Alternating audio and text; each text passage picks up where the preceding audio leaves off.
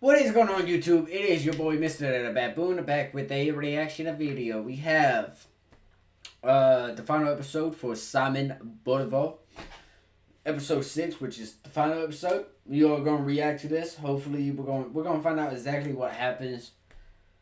Very interesting dude. I will say he is definitely very interesting. You know what I mean? It's very cool to learn about new people and stuff. I mean, for me at least, I think it's really cool. So let me know what you guys' thoughts are down below in the comments. Like, comment, subscribe, turn on post notifications. Don't forget to check the description. I will have the video and the channel link down below in the description. If you guys want to go watch out for yourselves, you guys can. I think with that being said, I think we're going to go ahead and jump into this. I'm excited. This is going to be fun. So, as always, let me do this, and do this, and now, we just sit back, react, and enjoy. Simon's hopes were pinned to his great conference. It was going to be like the Amphictyonic League that had once, centuries ago, brought all the Greeks together in a common confederation, a common understanding of who they were. The most common phrase used today to describe the Congress of Panama is a resounding failure. Oh, wow. So, did it not work out in his favor? Bolivar decided not to attend the Congress of Panama. Too many rumors were already circulating about him wanting to make himself a king, and he wanted to show that the Congress was completely free of his influence. Okay. But unfortunately, Bolivar's influence was the only thing still holding this fragile idea of a Pan-American League together. The Peruvians long felt that he had overstayed his welcome in their country, and they wanted nothing to do with joining Gran Colombia. Brazil was a monarchy, and so wanted nothing to do with these fledgling republics. Argentina was terrified of being steamrolled by Gran Colombia, and so wanted nothing to do with the Congress in general. Shit. And the Bolivian delegates? They just didn't make it there in time. Worse still, Bolivar's vice president, Santander, the man he had left in charge of Gran Colombia, had now been running Gran Colombia for so long that he chafed at the idea of Bolivar reasserting himself over the country that he'd essentially abandoned. So even Santander was no help in forwarding Bolivar's cause at all. Oh, shit. But even as the Congress fell apart, more bad news was on the way. Oh, While shit. he was still in Peru, a plot on Bolivar's life was uncovered. The Again? plan was to kill Bolivar and expel all Colombians from the country, reasserting Peru as its own state. Bolivar responded swiftly, exiling or executing those involved, but while history largely sees these sentences as justified, they did nothing to win him popularity in Peru. Then another misfortune He has his struck. life threat. One What of you Bolivar's mean? most trusted generals, Paez, the man who had led his cavalry, who had inspired the plainsmen, who had been instrumental in winning Bolivar the war, rebelled. But his rebellion was an odd one. He rebelled for Bolivar. He called for Venezuela to break from Gran Colombia and shake off the rules of Santander, the vice president that Bolivar had left in Bogotá. And so now Bolivar had both his general, Paez, and his vice president, Santander, begging for him to return with his army and help him crush the other guy. Oh, wait a second. Isn't this dude on the left? Right? Yeah, left, right? Yeah, on the left right there.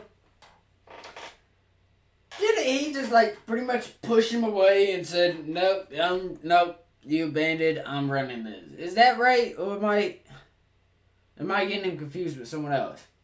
I want to say it's that dude right there on the left. So now he wants his help? Nah, you can do it.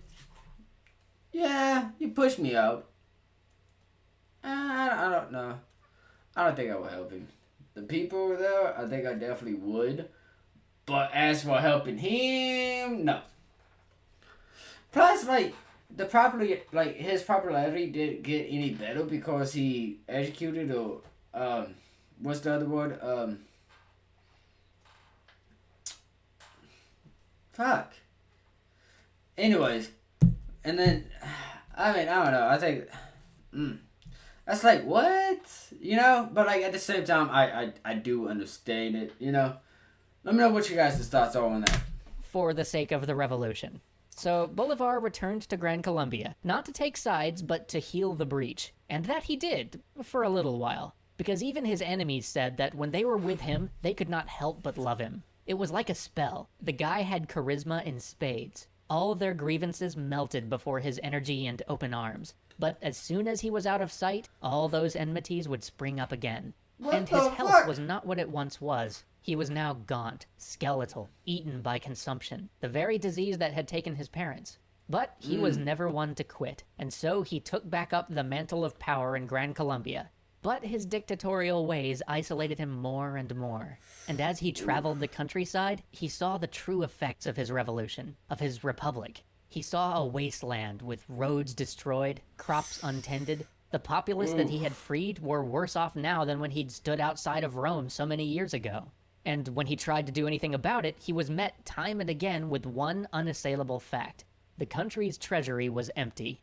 Santander had even negotiated a huge loan from the British to help keep the government afloat, but that loan was already gone, under whispers of corruption and mismanagement. Bruh. More even than corruption, though, there was one all-consuming source that had swallowed up the money, and that was the army. For years now, Gran Colombia had essentially footed the bill for Bolivar to gallivant through Spanish America, liberating country after country. Damn. Revolutions aren't cheap, and Gran Colombia had just paid for at least 6. Now the people of Gran Colombia strained against that yoke. But Bolivar, beset on all sides by news of military setbacks, felt that he couldn't shrink the military right now. Peru had not only broken from the Federation, but invaded what was to become Ecuador. Bolivia was in turmoil, and close to being lost. There were even insurrections in the heart of Gran Colombia. How could he risk reducing the army at this critical time? But it was the revolt of Peru that really tore a rift between Bolivar and his vice president, Santander. Santander practically cheered the loss of Peru. Not having to garrison such a large and querulous state would save the government a fortune. But Bolivar saw Santander's reaction as a shot in the back. He saw Santander celebrating something which would ruin his grand project of a universal Spanish-American federation. He even began to suspect that Santander might have aided the rebellion. Bolivar was in the field when he got the news about Peru. Tensions flared, and things escalated.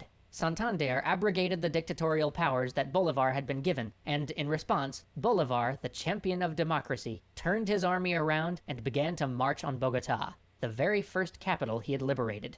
Surprisingly, when he got there, no blood was shed. An uneasy peace was formed, with the vice president still serving his office. But one thing was clear to Bolivar. The Constitution of Gran Colombia, one so different than the one he had pinned for his beloved Bolivia, was the problem.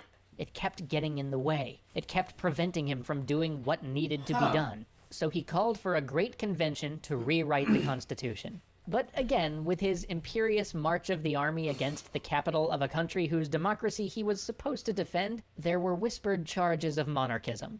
Everyone said that Bolivar, like Napoleon, would try to give himself a crown. So Bolivar tried to remain hands-off. He wouldn't attend the convention. He didn't even seem to lobby that hard for anything other than the convention simply taking place.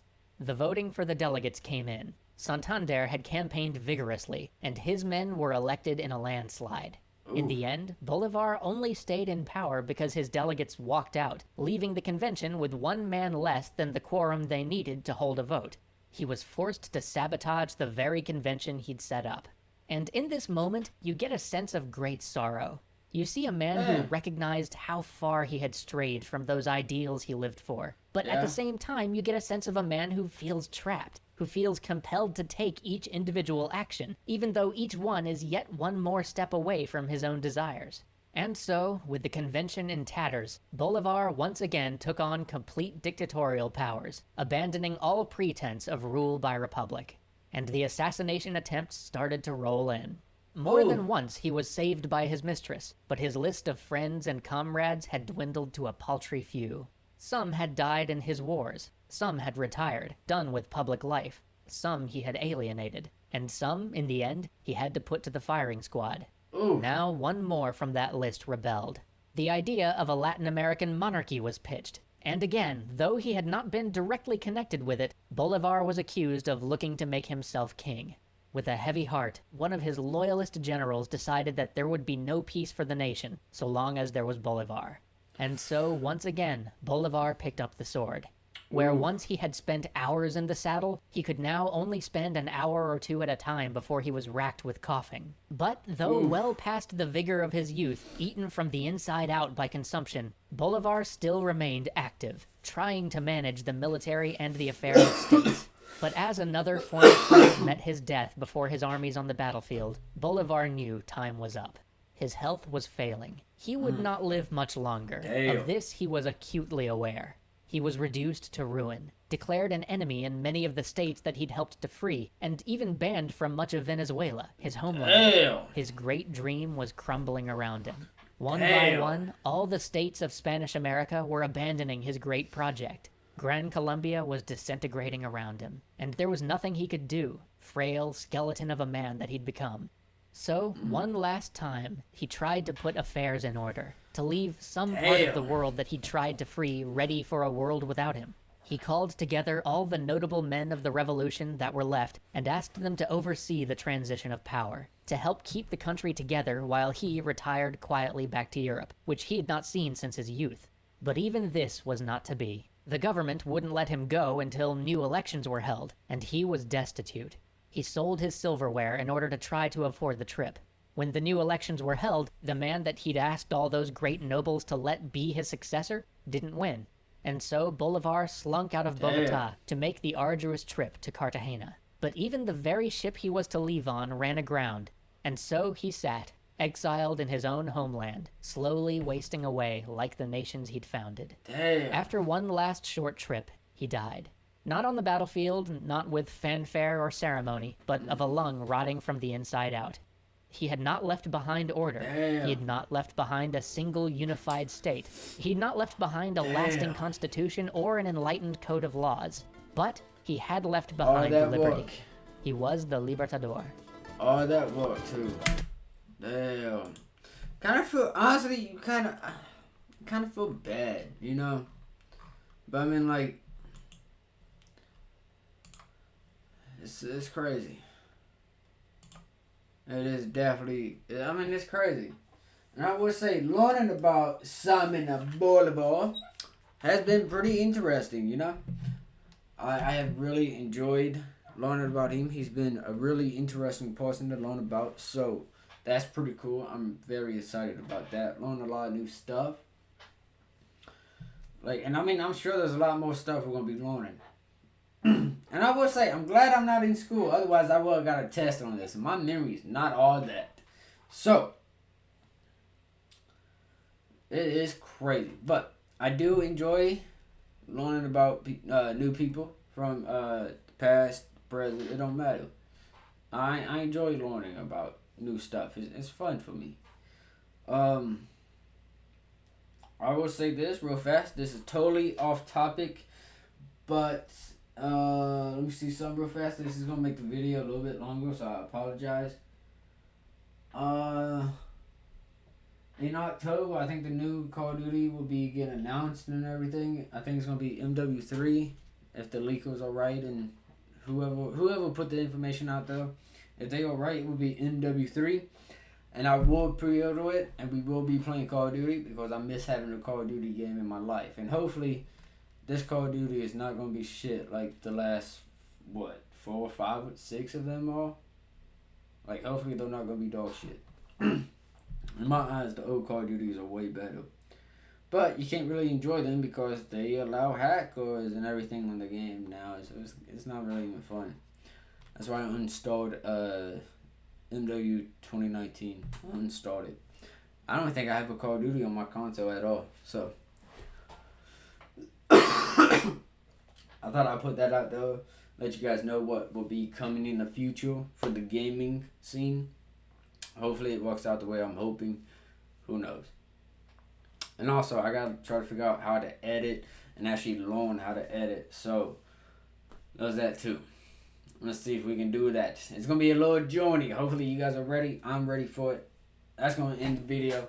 Positivity is key. Motivation is key. Happiness is key. You guys watch out for each other. Stay safe. Watch out for each other. All that good stuff. I will see you guys in the next video. Don't forget to like, comment, subscribe, turn on post notifications so you guys don't miss a video. I will see you guys in the next one. You guys watch out for each other.